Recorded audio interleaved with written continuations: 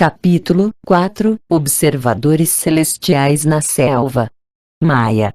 O nome evoca mistério, enigma, aventura. Uma civilização que viveu e desapareceu, embora seu povo tenha permanecido. Cidades incríveis foram abandonadas intactas, engolidas pela selva verde e luxuriante. Pirâmides que iam até o céu, tentando tocar os deuses. Monumentos elaboradamente esculpidos e decorados, com sua história estabelecida em hieróglifos artísticos cujo significado, em sua maior parte, perdeu-se com o tempo. A mística dos maias despertou a imaginação e a curiosidade dos europeus desde o momento em que os espanhóis pisaram pela primeira vez na península de Yucatán e viram os vestígios das cidades perdidas na selva. Era algo inacreditável, mas estava ali. Pirâmides com degraus, templos em plataformas, palácios decorados, pilares de pedra esculpida. Enquanto admiravam as intrigantes ruínas, os espanhóis ouviam dos nativos histórias incríveis sobre antigos monarcas, cidades-estado e glórias passadas. Um dos mais notórios sacerdotes espanhóis, que escreveu sobre a península do Yucatán e sobre os maias antes e depois da conquista, Frei Diego de Landa, Relação das Coisas de Yucatán, Relação das Coisas do Yucatán, narra que existem em Yucatán muitos edifícios de grande beleza, sendo essa a mais sensacional descoberta nas Índias. Eles são feitos de pedra e finamente decorados, embora não tenha sido encontrado um instrumento para tal corte. Com outros interesses na cabeça, como a procura de riquezas e conversão dos nativos ao cristianismo, os espanhóis levaram quase 2 séculos para mostrar interesse por aquelas ruínas.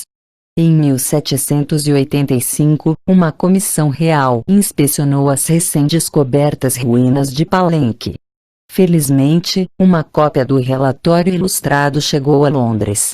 Sua publicação acabou por atrair a atenção de um nobre abastado, Lord Kingsborough, que decidiu decifrar o enigma dos maias.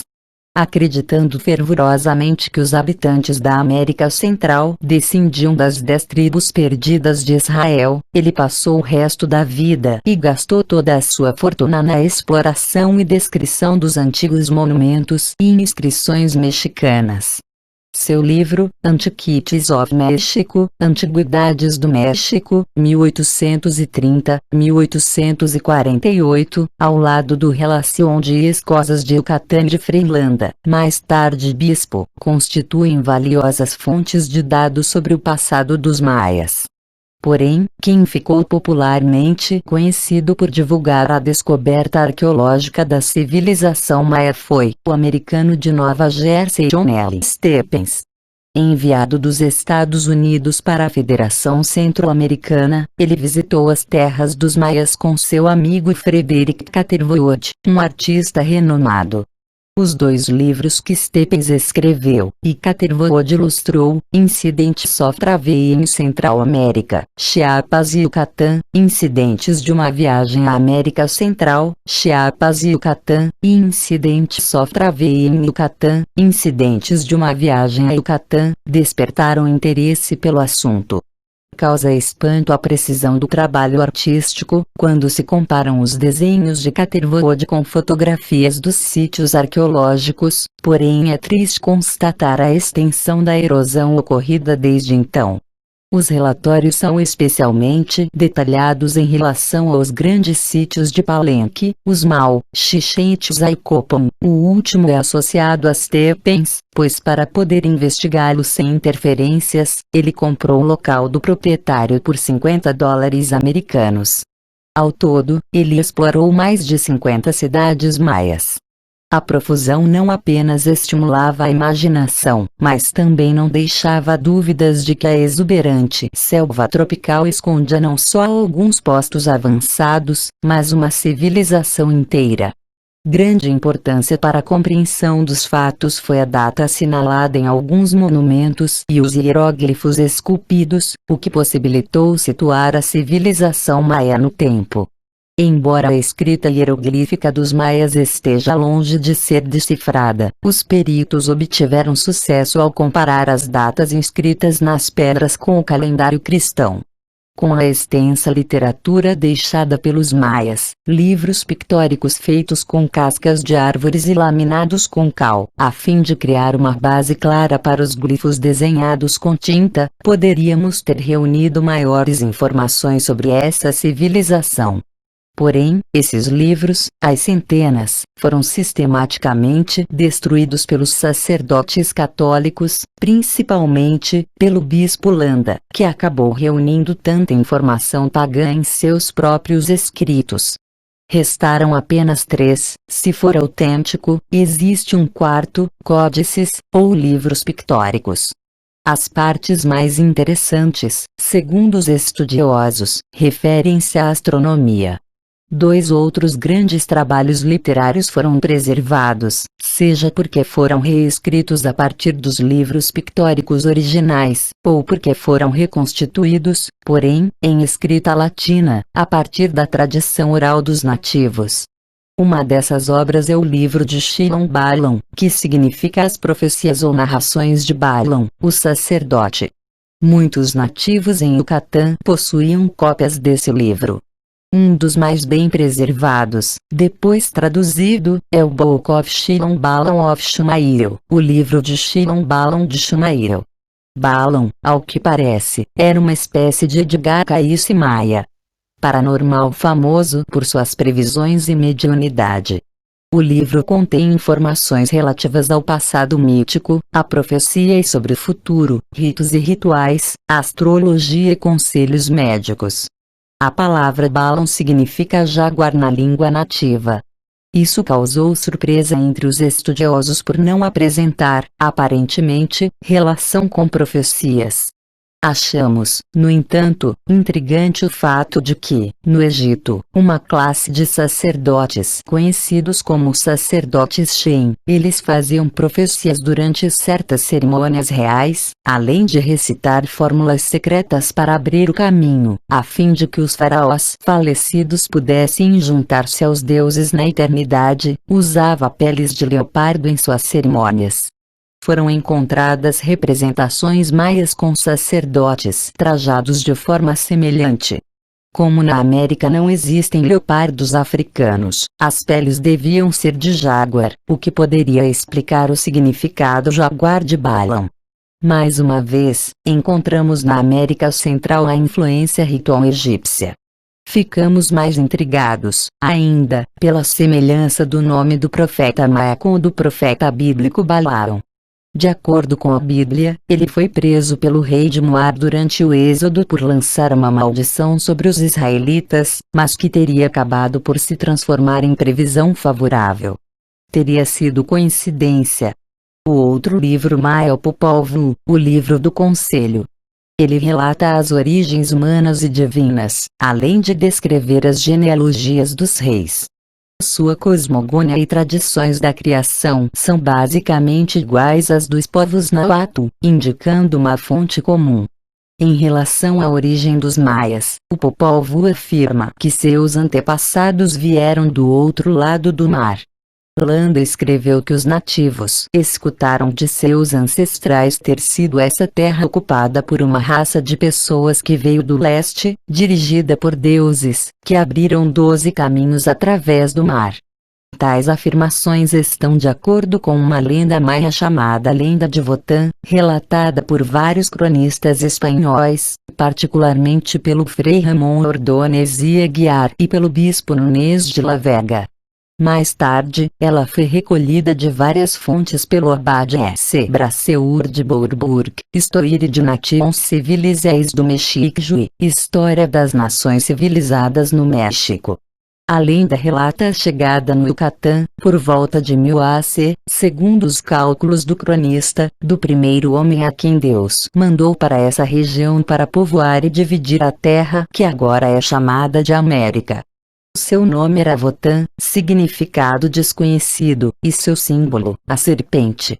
Ele era descendente dos guardiães, da raça de Cã. Seu lugar de origem era uma terra chamada Chivim. teria feito um total de 4 viagens. A primeira vez que aportou, estabeleceu uma colônia próxima à costa. Depois de algum tempo, avançou para o interior, construindo no afluente de um grande rio uma cidade que foi o berço dessa civilização. Chamou a cidade de Nashan, que significa lugar das serpentes. Na segunda visita, fez um reconhecimento da terra recém-encontrada, examinando as zonas subterrâneas e passagens embaixo da terra. Uma dessas passagens passaria através de uma montanha próxima a Nashan. Quando ele voltou à América pela 4ª vez, encontrou discórdia e rivalidade entre seu povo. Dividiu, então, o reino em 4 regiões, estabelecendo uma cidade para ser a capital de cada uma. Palenque é tida como uma dessas cidades. Outra parece ter sido próxima à costa do Pacífico, as outras são desconhecidas. Nunes de Vega estava convencido de que o local de onde partira Votan era próximo à Babilônia. Ordôñez concluiu que Chivim era terra dos hititas, a quem a Bíblia, Gênesis 10, chama de filhos de Canaã, primos dos egípcios. Mais recentemente, Zélia Nuttall, escrevendo no Papers of the Peabody Museum, da Universidade de Harvard, ressaltou que a palavra maia para serpente, Can, era similar a Canaã dos hebreus. Se assim for, além da maia, contando que Votan era da raça de Can e atribuindo-lhe como símbolo a serpente, poderia estar usando um jogo de palavras para afirmar que Votan vinha de Canaã. Isso certamente justificaria nossa conjectura sobre Nashan, o lugar das serpentes, que é virtualmente idêntica à palavra hebraica Nashash, cujo significado é serpente. Tais lendas reforçam a teoria dos estudiosos que consideram a costa do Golfo como o local onde se iniciou a civilização no Yucatán, não apenas dos maias, mas também dos antigos olmecas. Sob esse ponto de vista, é preciso levar em consideração um local pouco conhecido dos visitantes, que pertence aos primórdios da cultura maia entre 2000 e 1000 AC, se não antes, de acordo com os escavadores da Universidade de Tulane National Geographic Society. Chamada de Dzibchalton, está situada próxima à cidade portuária de Progreso, na costa noroeste do Yucatán. As ruínas, estendendo-se por uma área de 50 km², revelam que a cidade foi ocupada desde tempos remotos até a época dos espanhóis. Seus edifícios foram construídos, reconstruídos, reformados e suas pedras ornamentadas foram arrastadas pelos espanhóis para serem utilizadas em construções modernas, próximas e distantes. Além de imensos templos e pirâmides, sua característica peculiar é a grande estrada branca, uma pista pavimentada com calcário que se estende em linha reta por quase 2,5 km no eixo leste-oeste da cidade. Uma corrente de grandes cidades maias é encontrada ao longo da ponta norte da península de Yucatán. Ostentam nomes conhecidos não apenas dos arqueólogos, mas também de milhões de visitantes. Usmal, Izamal, Mayapán, Chichén Itzá, Tulum, para mencionar apenas as ruínas mais impressionantes. Cada uma delas desempenhou seu papel na história da civilização maia. Mayapán foi o centro de uma aliança de cidades-estado. Chichén Itzá deveu sua grandeza aos imigrantes toltecas. Cada uma delas poderia ter sido a capital da qual um grande chefe maia do Yucatán, segundo o cronista espanhol Diego Garcia de Palacio, se lançou à conquista dos Planaltos do Sul e construiu Copán, o centro maia meridional. Garcia afirma que tudo estava escrito num livro que os nativos de Copán mostraram a ele, quando visitou o local. Discordando dessas evidências lendárias e arqueológicas, outra escola de arqueologia acredita que a civilização maia surgiu nos Planaltos do Sul, atualmente a Guatemala, dali espalhando-se para o norte.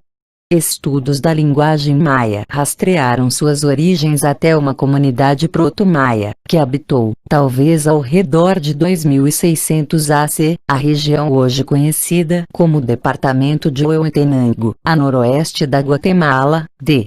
S. Morales, tema Yavorut, o mundo maia.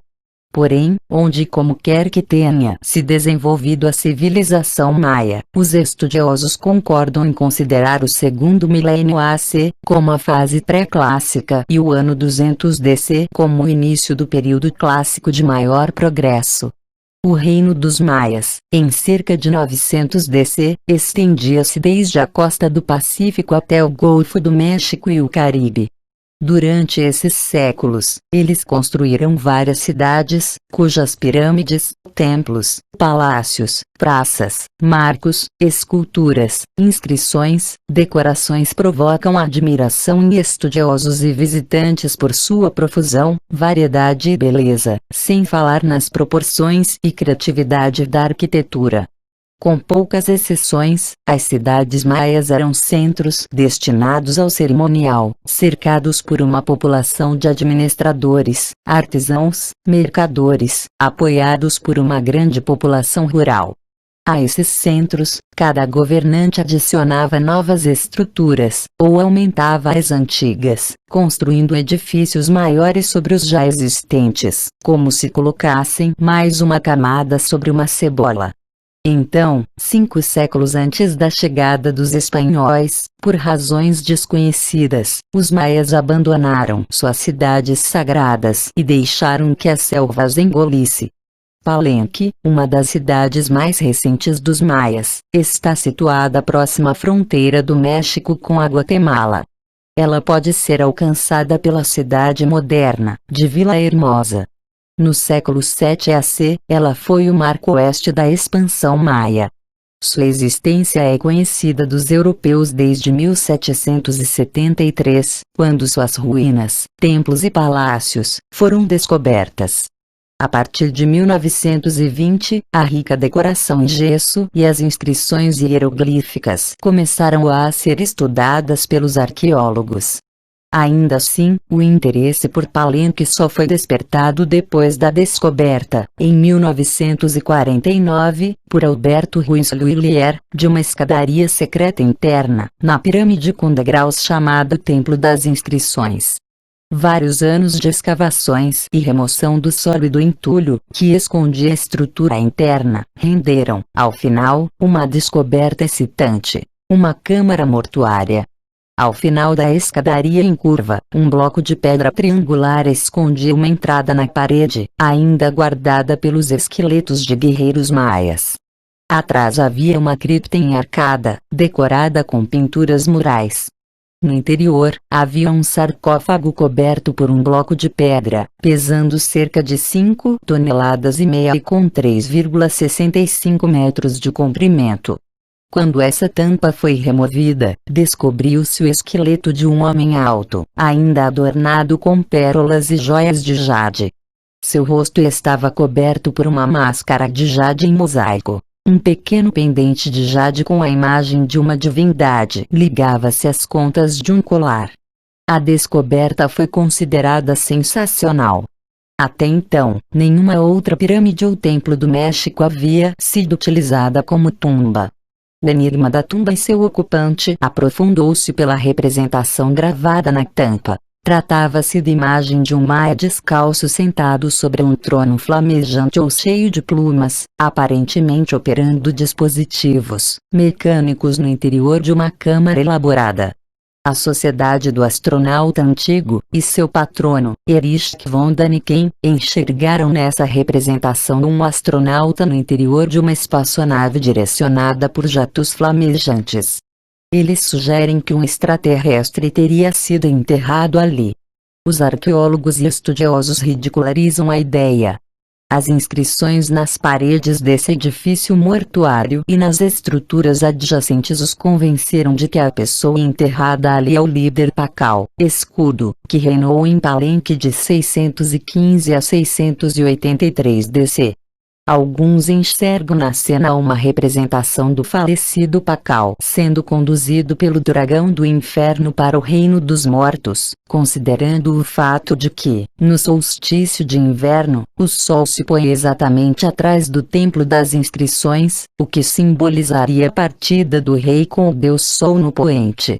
Outros, levando em conta o fato de que a representação é emoldurada por um meridiano celeste, uma corrente de glifos que representam corpos celestes e as constelações do zodíaco, encaram a cena como o rei sendo carregado pela serpente celestial para o reino dos deuses. O objeto em forma de cruz que o falecido encara, é visto como uma árvore da vida estilizada, sugerindo que o rei está sendo transportado para a eternidade. Na verdade, uma tumba semelhante, conhecida como Túmulo 116, foi descoberta na grande praça de Tikal, ao pé da maior pirâmide. Enterrado a cerca de 6 metros abaixo do chão foi encontrado o esqueleto de um homem alto. Seu corpo estava colocado numa plataforma de alvenaria de pedra, ornado com joias de jade e cercado, como em Palenque, por pérolas, objetos de jade e de cerâmica. Também foram encontradas representações de pessoas carregadas nas presas de ferozes serpentes, que os estudiosos chamam de deuses celestes, que aparecem em muitos sítios maias, como o de Chichén Itzá. Considerando tudo, os arqueólogos admitem que não é possível deixar de fazer comparações com as criptas dos faraós egípcios. As semelhanças entre a tumba de Pakal e daqueles que reinaram às margens do Nilo são impressionantes. H. Lafay, T. Maia, CM Drain of Time, Os Maias, Filhos do Tempo, na revista National Geographic Magazine.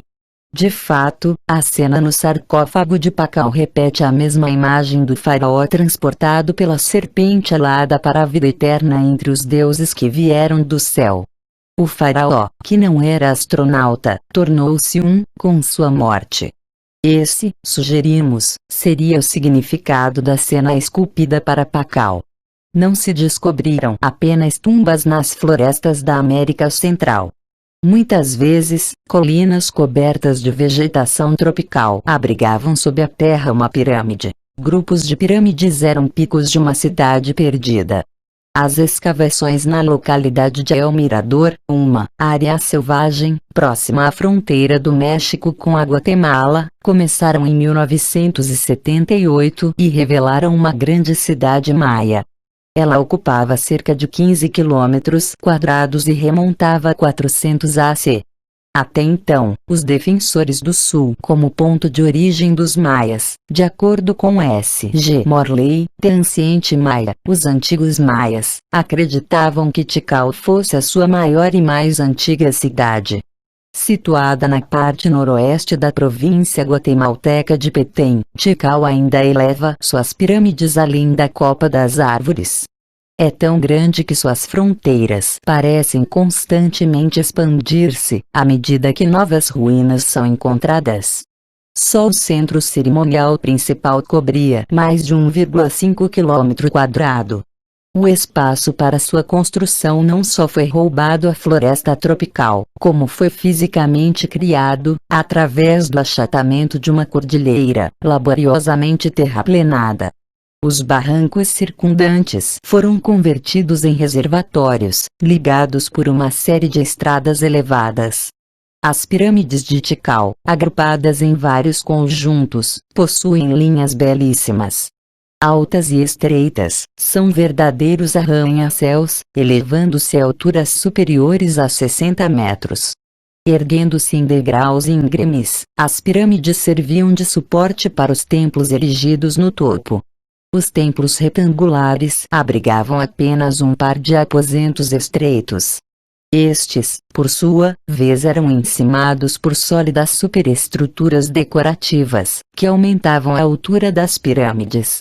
O resultado visual dessa arquitetura era suspender o santuário entre a terra e o céu, acessível pelos degraus inclinados, verdadeiro simbolismo da escadaria para o céu. No interior de cada templo uma série de portais conduzia ao interior, cada um mais elevado do que o anterior. Os lintéis eram feitos de madeiras raras, exoticamente esculpidas. Como regra geral, havia 5 portais exteriores e 7 interiores, num total de 12, um simbolismo numérico cujo significado até então não havia atraído atenção em particular. A construção de uma pista de pouso próxima às ruínas de Tikal acelerou sua exploração arqueológica depois de 1950, desenvolvendo-se, desde então, um extenso trabalho de pesquisa, especialmente por equipes do Museu da Universidade da Pensilvânia. Os pesquisadores descobriram que as grandes praças de Tikal serviam como necrópolis, onde eram enterrados governantes e nobres. Igualmente, muitas das estruturas menores eram templos funerários, construídos não sobre tumbas, mas próximo a elas, servindo como cenotáfios.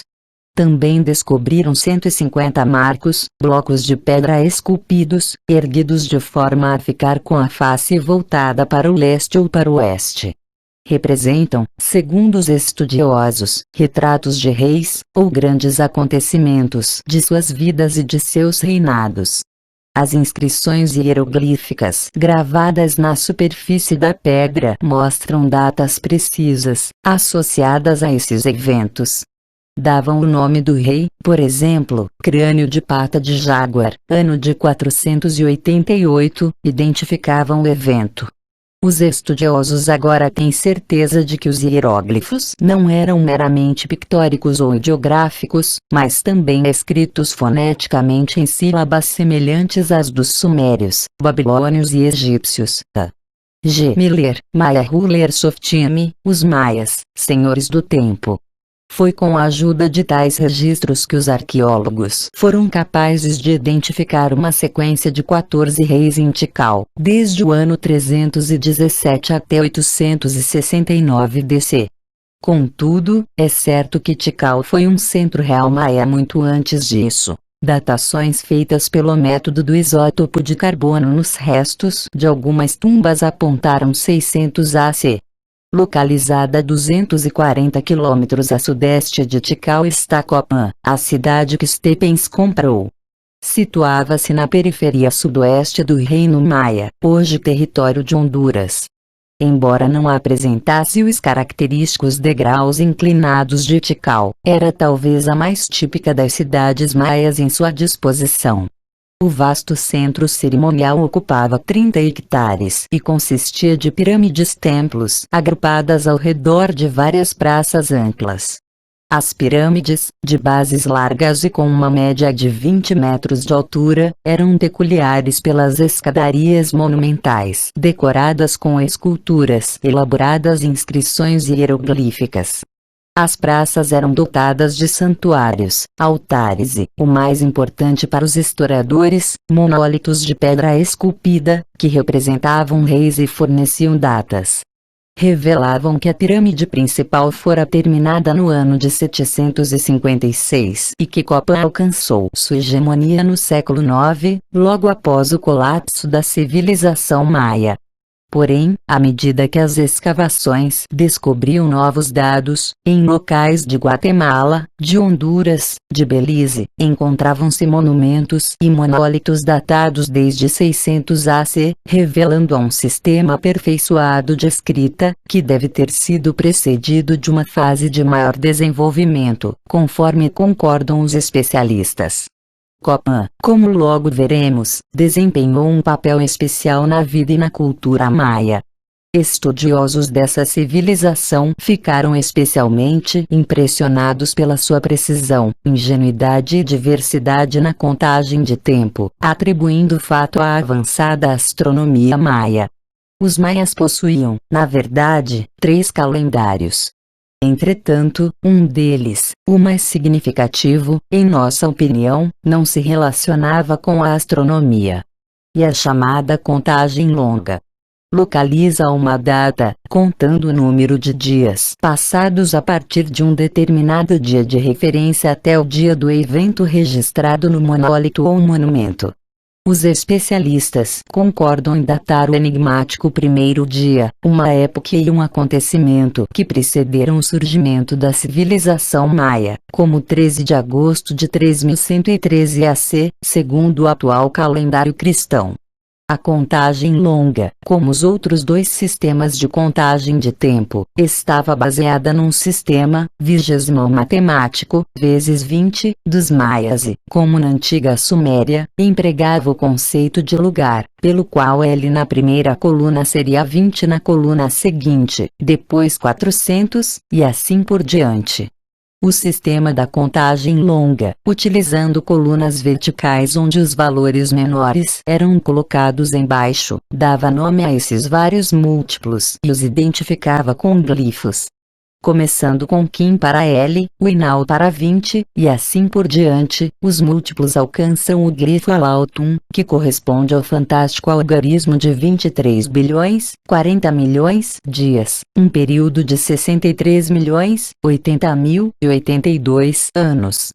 Porém, como os monumentos deixados nos mostram, os maias retornaram não para a idade dos dinossauros em busca de um determinado dia, e sim para uma data específica, um evento tão importante para eles como ocorreu com a data do nascimento de Cristo para o calendário cristão. Dessa forma, o monólito 29, em Tikal, que ostenta a data mais antiga já encontrada num monumento ali, 292 DC, teria, pela contagem longa, a data de 8, 12, 14, 8, 15, usando bolinhas para o numeral 1 e barras para o 5.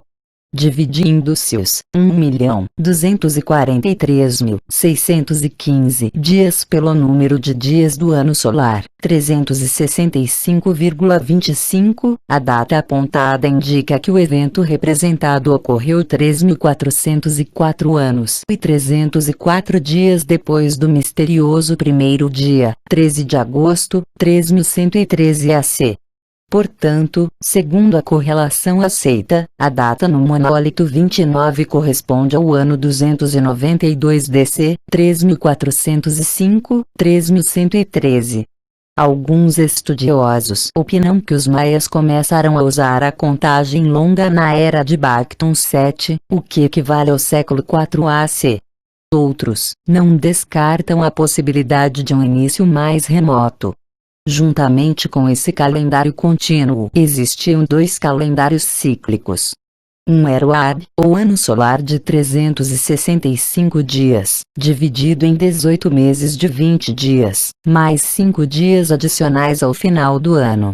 O outro era o Tzolk'in, ou calendário do ano sagrado, no qual os 20 dias básicos eram utilizados 13 vezes, resultando num ano sagrado de 260 dias. Os dois calendários cíclicos eram misturados, como se fossem engrenagens, uma impulsionada pela outra, para criar o grande ciclo sagrado de 52 anos solares, pois a combinação de 13, 20 e 365 só se repete uma vez em 18.980 dias, o que totaliza 52 anos. Esse ciclo do calendário de 52 anos era considerado sagrado por todos os povos da antiga América Central, que o relacionavam com eventos passados e também futuros, como a expectativa messiânica do retorno de Quetzalcoatl. A mais antiga data do ciclo sagrado foi encontrada no Vale Mexicano de Oaxaca e remonta a 500 AC. Ambos os sistemas de contagem, o contínuo e o ciclo sagrado, são muito antigos. Um é histórico, contando a passagem do tempo, dias, de um acontecimento há muito ocorrido, cujo significado e natureza ainda são um enigma. O outro é cíclico, atrelado a um período de 260 dias. Os especialistas ainda tentam descobrir o que aconteceu no período de 260 dias, para o ciclo ter sido assim estabelecido, se é que algo aconteceu. Alguns acreditam que esse ciclo é puramente matemático. Como os 5 ciclos de 52 anos totalizam 260 anos, de alguma forma resolveram ficar com o ciclo mais curto de 260 dias. Porém, essa justificativa apenas transfere a necessidade de explicação para o número 52. Por que motivo adotaram o uso de 52? Outros sugerem que o período de 260 dias estava relacionado à agricultura, mais precisamente à duração da estação chuvosa, ou dos intervalos de seca. Tendo em vista o interesse dos maias pela astronomia, alguns tentaram relacionar esse ciclo com os movimentos de Marte e Vênus. A explicação, a nosso ver correta, diz Elia Nuttall, apresentada no 22º Congresso de Americanistas, Roma/1926, não teve o reconhecimento devido. Ela destacou que a forma mais fácil para os povos do Novo Mundo relacionarem os movimentos do Sol à sua própria localidade seria determinar os dias do zênite, quando o Sol passa exatamente sobre uma vertical superior do lugar ao meio-dia. Isso acontece 2 vezes por ano, pois o Sol anda para o norte, depois para o sul, passando acima por 2 vezes. Os nativos, sugeriu ela, mediam o intervalo entre os 2 dias do zênite, e o número resultante servia de base para o ciclo do calendário. Esse intervalo corresponde a meio ano solar no Equador e aumenta à medida que nos afastamos para o norte ou para o sul. Aos 15 graus para o norte, por exemplo, corresponde a 263 dias, de 12 de agosto a 1º de maio seguinte. Esta é a estação chuvosa na região até hoje. Os descendentes dos maias, atualmente, começam seus plantios a 3 de maio, convenientemente festejado, no México, como o Dia da Cruz Sagrada. O intervalo delimitado por 260 dias corresponde à latitude de 1442 norte, à latitude de Cope. A exatidão da explicação de Nuttall para a forma como foi fixado o ciclo de 260 dias deriva do fato de que Copan era considerada a capital maia da astronomia. Além da orientação celeste dos edifícios, alguns monólitos foram encontrados alinhados, de forma a indicar datas chaves para os calendários. Um monólito, que apresenta uma data pela contagem longa equivalente a um dia no ano de 733 DC, traz, também, 2 outras datas pela contagem longa, uma maior em 200 dias, e outra menor em 60 dias, dividindo o ciclo de 260. A Avni Skivatchersov Anciente México, Observadores Celestes do Antigo México, presume que se tratava de uma tentativa de realinhar a contagem longa que considerava 365,25 dias em um ano, com o calendário cíclico AR de 365 dias. A necessidade de reajustar ou reformar os calendários pode ter sido motivo para um conclave de astrônomos ocorrido em Copan em 763 DC. O evento ficou registrado num monumento sagrado conhecido como altar no qual aparecem 16 astrônomos, alinhados 4 de cada lado. Pode-se notar que um glifo em forma de gota à frente dos narizes, como nas representações de Pacal, os identifica como observadores do céu. A data esculpida nesse monumento aparece em outras cidades maias, sugerindo que a decisão tomada em Copan foi estendida a todo o reino. A reputação dos maias como astrônomos capazes cresceu com a divulgação de vários códices, que contêm secções sobre astronomia, tratando de eclipses solares, lunares e do planeta Vênus. Um estudo mais acurado revelou, entretanto, que não se tratava do resultado de observações diretas dos astros, mas de almanaques com cópias de fontes anteriores, fornecendo dados já registrados com os quais os maias poderiam procurar fenômenos aplicáveis ao ciclo de 260 dias. Addingham e Artimon Andite Cosmos, o homem primitivo e o cosmos, afirma que tais almanaques apresentavam uma curiosa mistura de precisão a longo prazo e imprecisão a curto prazo. A principal tarefa dos astrônomos locais parece ter sido a de verificar, ou ajustar, o ano sagrado de 260 dias aos dados mais antigos, que lidavam com os movimentos dos corpos celestes. Na verdade, o mais renomado e ainda ativo observatório no Yucatán, o Caracol, em Chichén Itzá, tem frustrado vários pesquisadores que tentaram, em vão, encontrar em sua orientação e abertura pistas para determinar solstícios ou equinócios. Algumas dessas pistas, no entanto, parecem estar relacionadas ao ciclo de Tzolk'in, 260 dias. Voltamos à questão do número 260. Por que essa escolha? Apenas porque parece igualar o número de dias entre os zênites em Copan. Por que não, digamos, o número 300, se um local próximo aos 20 graus norte foi escolhido, como Teotihuacan? O número 260 parece ter sido uma escolha arbitrária e deliberada. A explicação de que resultaria na multiplicação de um número natural, 20, o número de dedos das mãos e dos pés, por 13 só transfere a pergunta: por que o 13? A contagem longa também contém um número arbitrário, 360.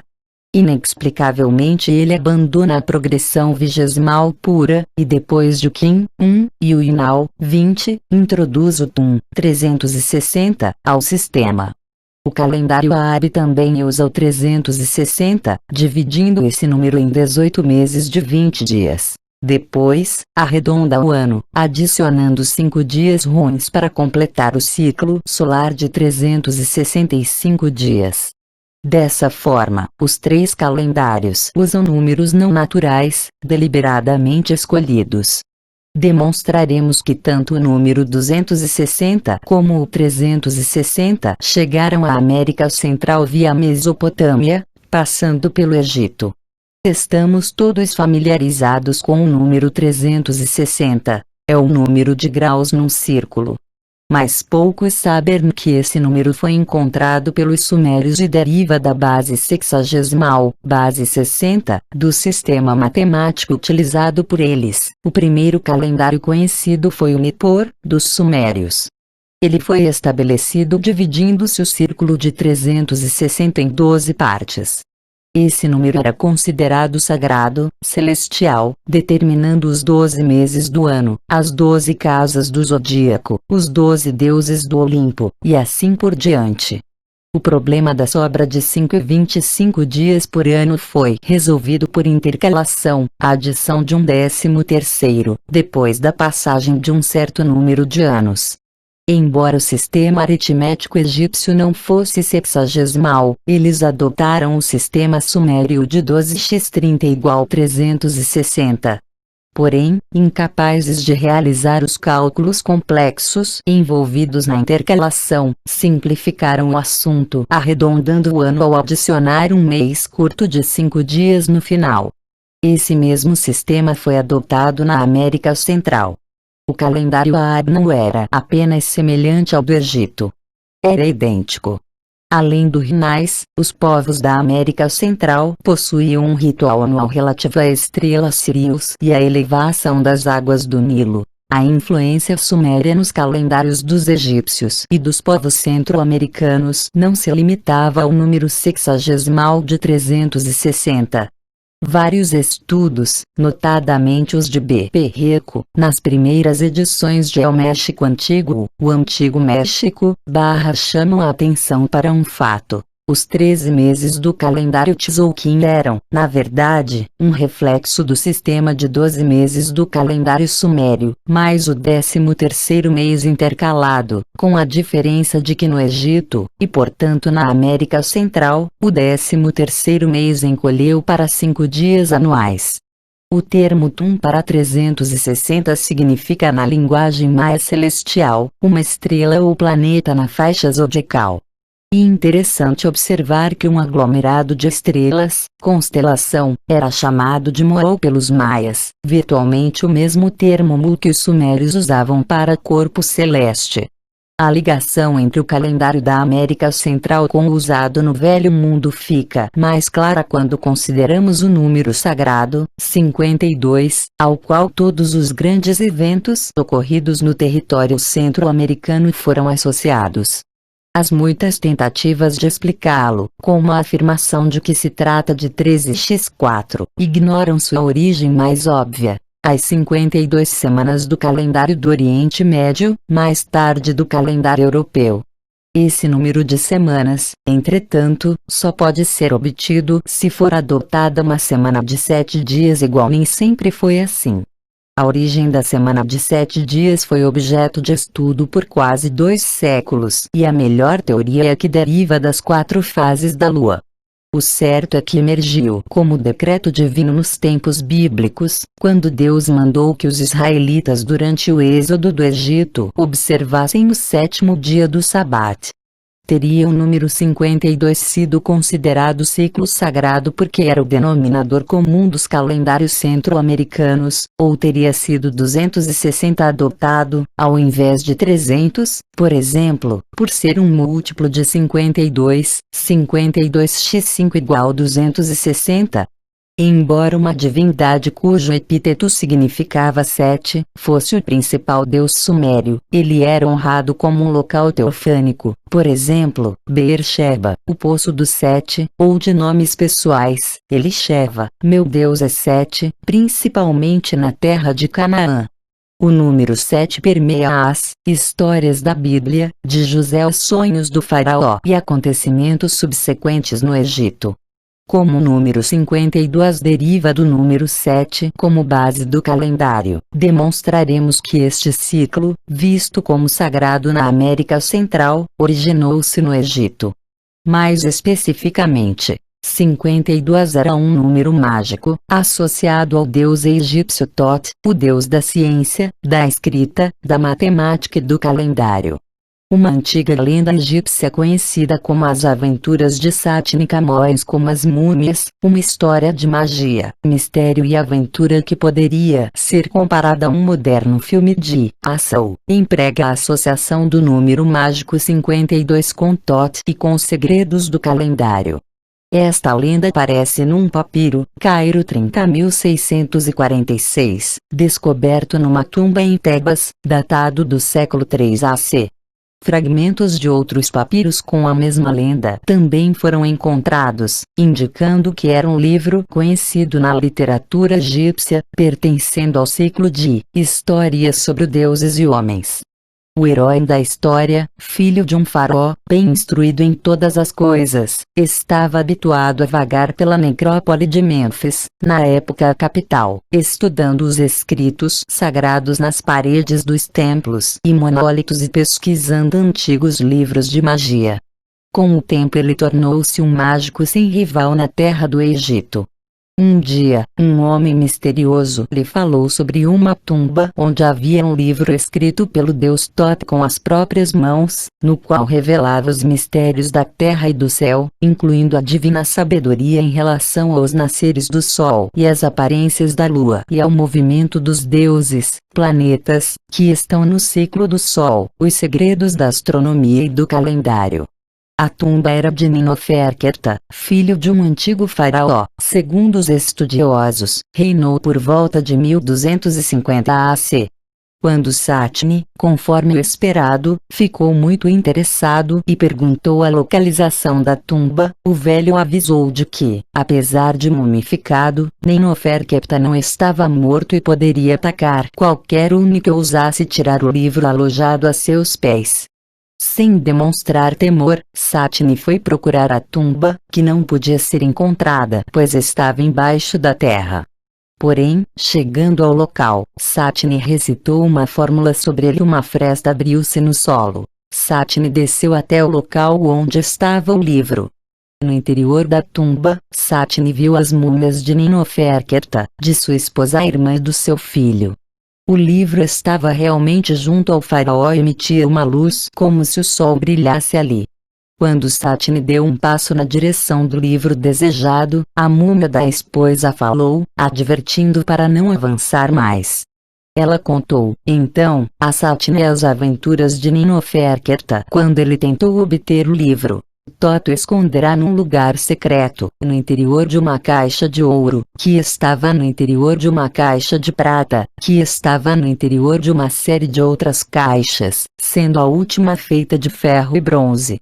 Ignorando todos os avisos e superando todos os obstáculos, Ninoferketa encontrou o livro e apossou-se dele. Por isso foi condenado por Tot a um estado de letargia permanente. Embora vivos, tinham sido enterrados e apesar de mumificados podiam ver, ouvir e falar.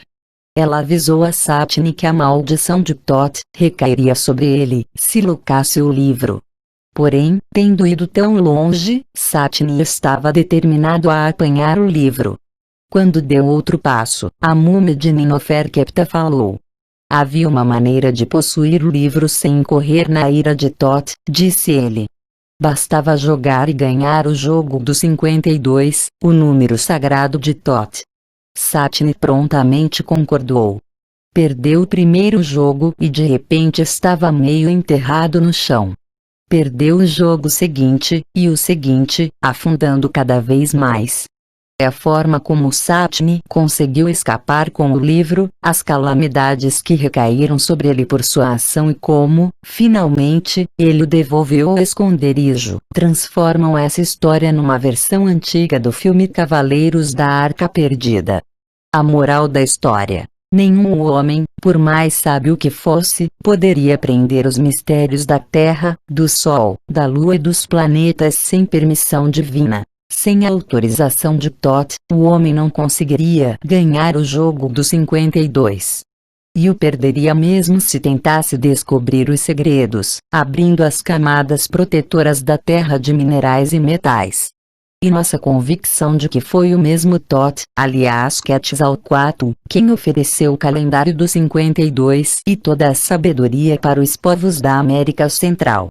No Yucatán os maias o chamavam de Cuculcán. Na costa do Pacífico, na Guatemala e em El Salvador, ele se chamava Xiuhtecutli. Todos os nomes têm o mesmo significado: serpente emplumada ou alada. A arquitetura, as inscrições, a iconografia e os monumentos das cidades perdidas dos maias permitiram aos estudiosos reconstituir não só a história dos governantes, mas também as alterações dos conceitos religiosos. No início, os templos eram elevados, colocados no alto das pirâmides com degraus para adorar o deus serpente, e os céus eram observados para encontrar a chave dos ciclos celestiais. Mas chegou uma época em que o deus, ou todos os deuses, partiram. Não sendo mais vistos, os fiéis acreditaram que tivessem sido engolidos pelo Senhor da Noite, o Jaguar. A imagem do grande Deus foi coberta, então, com uma máscara de jaguar, através da qual as serpentes, símbolos terrestres, ainda emergiam. Mas Quetzalcoatl não prometera retornar. Cheios de fervor, os observadores do céu na selva consultavam almanaques antigos. Os sacerdotes chegaram a elaborar a hipótese de que as divindades desaparecidas retornariam se lhes oferecessem corações pulsantes de vítimas humanas. Porém, em alguma data crucial, por volta do século IX DC, um acontecimento profetizado deixou de ocorrer. Todos os ciclos se juntaram e nada resultou. Assim, os centros cerimoniais e as cidades dedicadas aos deuses foram abandonados e a selva estendeu seu manto verde por sobre o domínio dos deuses serpente.